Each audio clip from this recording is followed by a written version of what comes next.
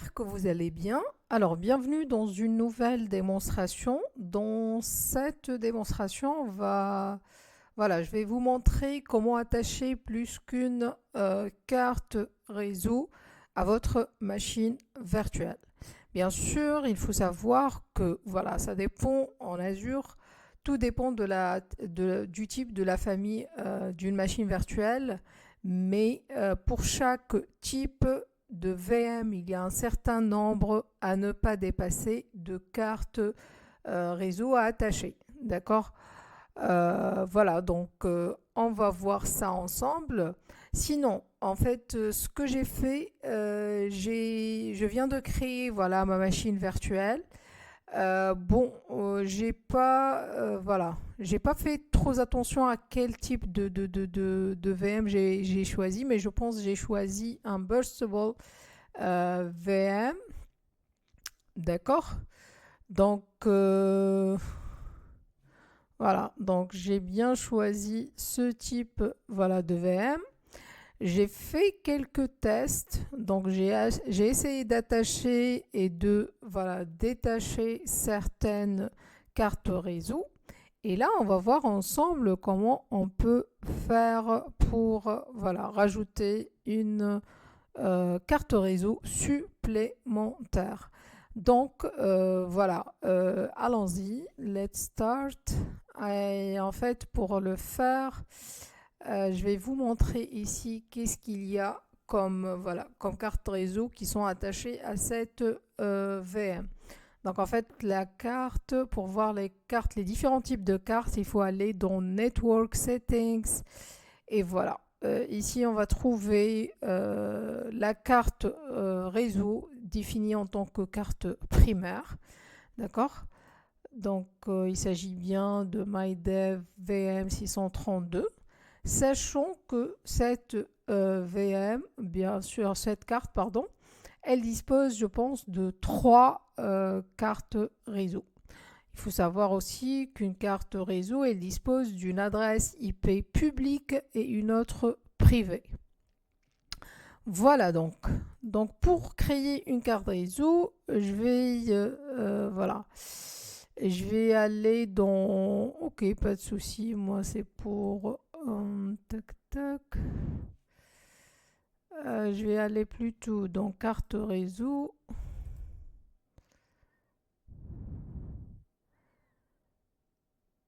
Donc, voilà, une remarque avant d'attacher la carte réseau. Je dois vérifier déjà que ma VM n'est pas en train de s'exécuter. D'accord. Sinon, je ne peux pas en fait attacher, je ne peux pas créer une nouvelle carte réseau et l'attacher à ma VM. Donc, l'état de ma VM, peux le voir dans l'overview. Donc ma machine ici, elle est toujours fonctionnelle. Donc si jamais je veux attacher une carte réseau, donc attach a new interface card. Donc il me dit tout simplement que je ne peux pas attacher parce que la VM est en train de s'exécuter. D'accord. Donc je dois l'arrêter d'abord. Et ça en faisant un stop. Donc voilà, je dis stop. Et là, bien sûr, vous serez notifié ici que la machine a été stoppée avec succès.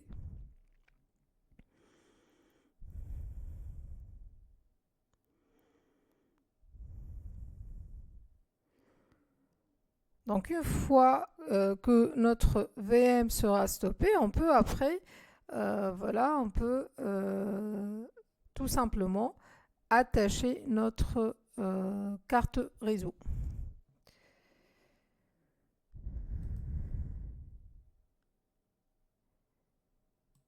Voilà, donc attendez.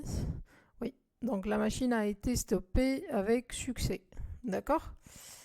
Maintenant, qu'est-ce qu'on va faire? Donc on va essayer de revenir au Network Settings. Elle dispose déjà d'une carte primaire, d'accord. On va essayer d'attacher une nouvelle. Donc je vais faire Create and Attach Network Interface. Là, en fait, voilà, je garde ce qui a été pré-rempli et je vais introduire un nom.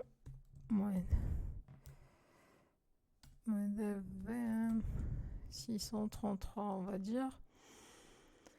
Voilà, pour le subnet, je vais garder le subnet par défaut, d'accord.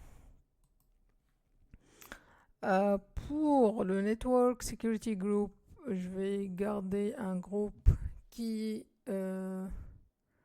voilà, basique. Avec, pour les Public Inbound Ports, je peux bien sûr rendre des ports qui sont voilà, accessibles. Donc, je vais sélectionner le port RDP. Sinon, pour le Private IP Address Assignment, c'est-à-dire pour accorder une adresse IP à notre carte réseau, ou bien vous faites un dynamique ou bien un statique. Voilà.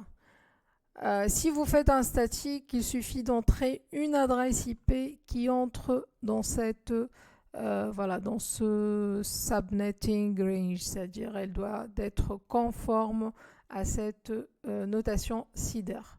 D'accord? Moi, je vais garder dynamique et je vais dire, enfin, je vais garder dynamique, pas de IPv6, donc que du IP pardon, V4 et je vais dire create.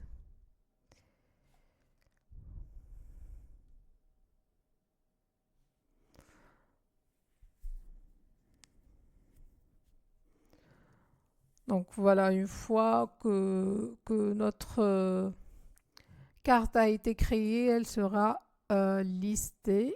Donc ok, la carte a été créée et là il est en train de l'attacher.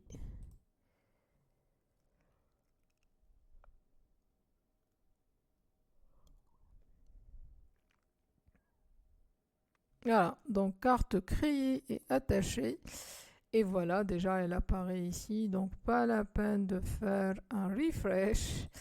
Donc voilà, j'ai une primaire qui est l'ancienne carte et j'ai cette voilà, seconde ou pas seconde, mais voilà, cette carte supplémentaire. Donc là, je vais essayer d'attacher celle que je viens de créer, d'accord? Donc je vais détacher cette carte. Donc qu'est-ce que je vais faire? Je sélectionne ça et je vais détacher. Mais bon, là, il me demande. Donc je sélectionne la carte que je veux détacher.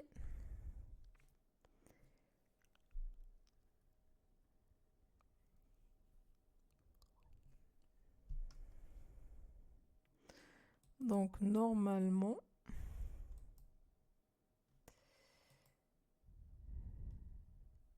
voilà, detached. Donc par défaut, voilà, quand une carte elle a été détachée, il prend voilà, l'autre en tant que carte réseau primaire. D'accord? Et là, en fait, comme vous voyez, donc ma carte réseau, elle dispose seulement d'une adresse IP privée, d'accord? Privée. Donc, pour pouvoir me connecter à ma machine, je vais en fait rajouter une adresse IP publique. D'accord? Donc voilà, donc là je vais aller rajouter. Voilà, je vais créer une adresse IP publique. Donc là je vais mettre create.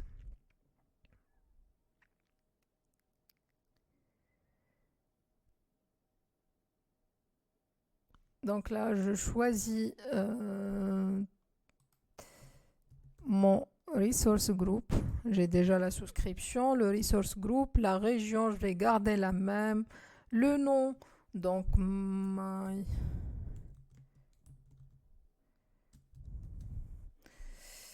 je l'ai nommé my new one IP. Pour l'IP version, je vais voilà, choisir l'IPv4. Pour le CQ, je peux choisir basic par exemple s'il s'agit bien de voilà d'une machine dev test, sinon standard pour une machine production. Voilà, pour le availability zone, je vais dire que pas de redondance. Euh, oui. Et voilà, sinon, pour le routing preference, je vais choisir le Microsoft Network. Et pour l'idle timeout, c'est-à-dire le temps d'inactivité avant qu'une connexion, voilà, enfin, il n'y a plus de connexion, donc 4 ici. Et pas de DNS name label et pas de domain name label. D'accord? Donc ici, je peux voilà, passer à la création de mon IP adresse.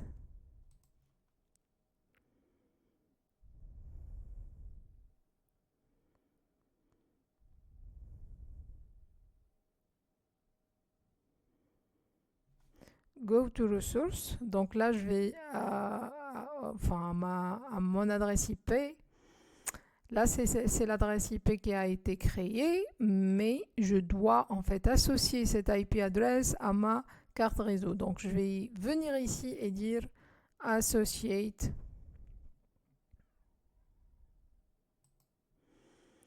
network interface et je choisis en fait à quelle interface réseau je veux l'associer. Donc là, je vais créer, enfin, l'associer à MyDev VM 633. D'accord? Et je mets OK.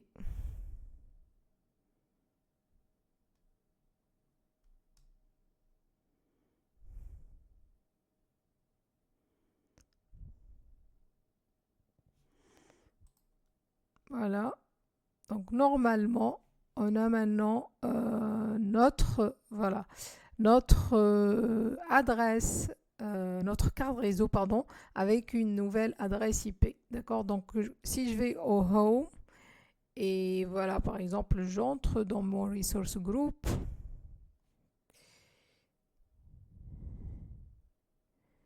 Et je regarde ma carte réseau.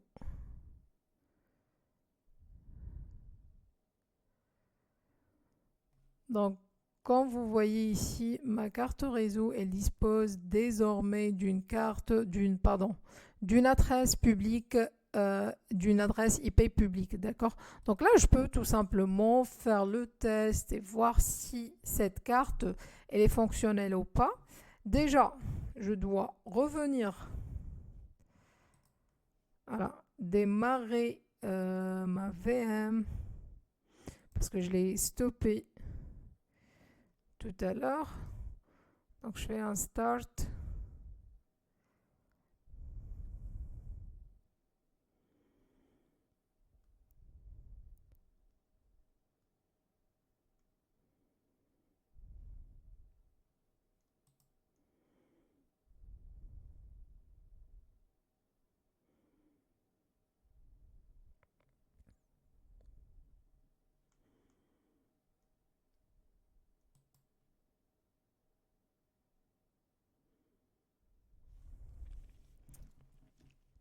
Donc ma machine là, elle est voilà, elle a démarré. Non, pas encore. N'a pas encore démarré.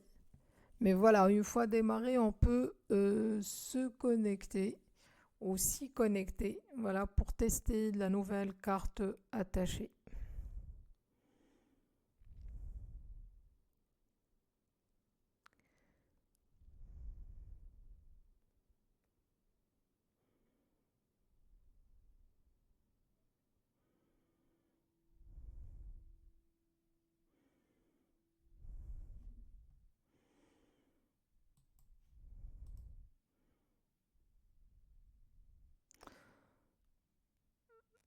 Voilà, donc la machine a été voilà, startée ou a démarré.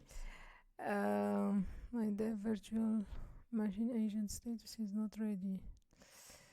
Je vais essayer. Parfois, il m'affiche, voilà, il m'affiche des messages d'erreur voilà, qui n'ont aucun sens. Donc là, je vais copier l'adresse IP et je vais aller tester ma machine. Donc je vais à l'application Windows App. Voilà. Et je vais tout simplement rajouter. Non. Mais qu'est-ce que j'ai fait là? Tac, tac.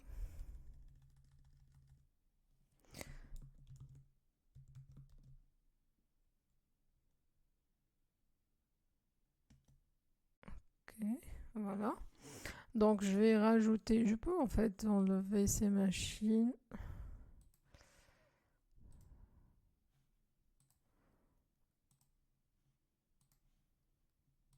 Ok. Donc là, je vais entrer l'adresse IP.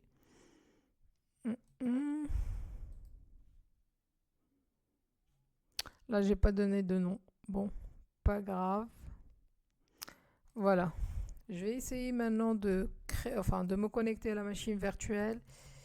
Il me demande le compte. Donc, ce compte, je l'ai créé lors de la création de ma machine virtuelle. Et je fais un continue. Là, il m'avertit, il me dit que cette connexion n'est pas sécurisée.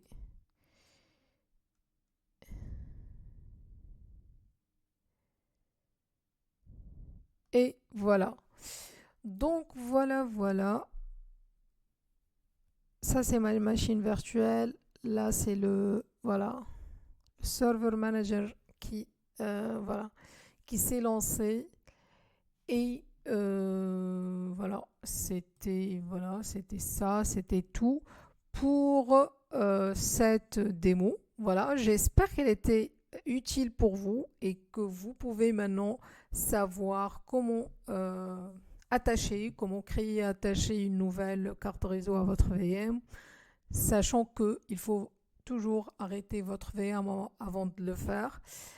Comme je vous ai dit, chaque, bien sûr, type de famille de VM a un certain nombre de cartes réseau que nous pouvons attacher.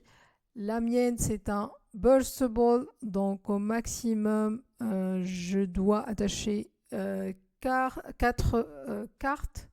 D'accord? Donc, par exemple, si je vais revenir ici et que je vais rajouter, une autre, je peux faire le test, hein, mais je dois refaire le process. Donc voilà, il faut savoir qu'il y a un certain nombre de cartes NIC à ne pas dépasser pour chaque famille de VM. Peut-être je vais revenir vers ça en faisant la nomenclature, c'est-à-dire en expliquant la nomenclature des VM. Et voilà, n'hésitez pas à me poser vos questions, ça me fait plaisir. Si vous avez bien sûr un topic en particulier qui va dans le sens de notre avancement, ça me fait plaisir également de vous lire et de répondre à vos questions, à vos suggestions, etc. Moi, je vous dis merci et à bientôt. Bye bye.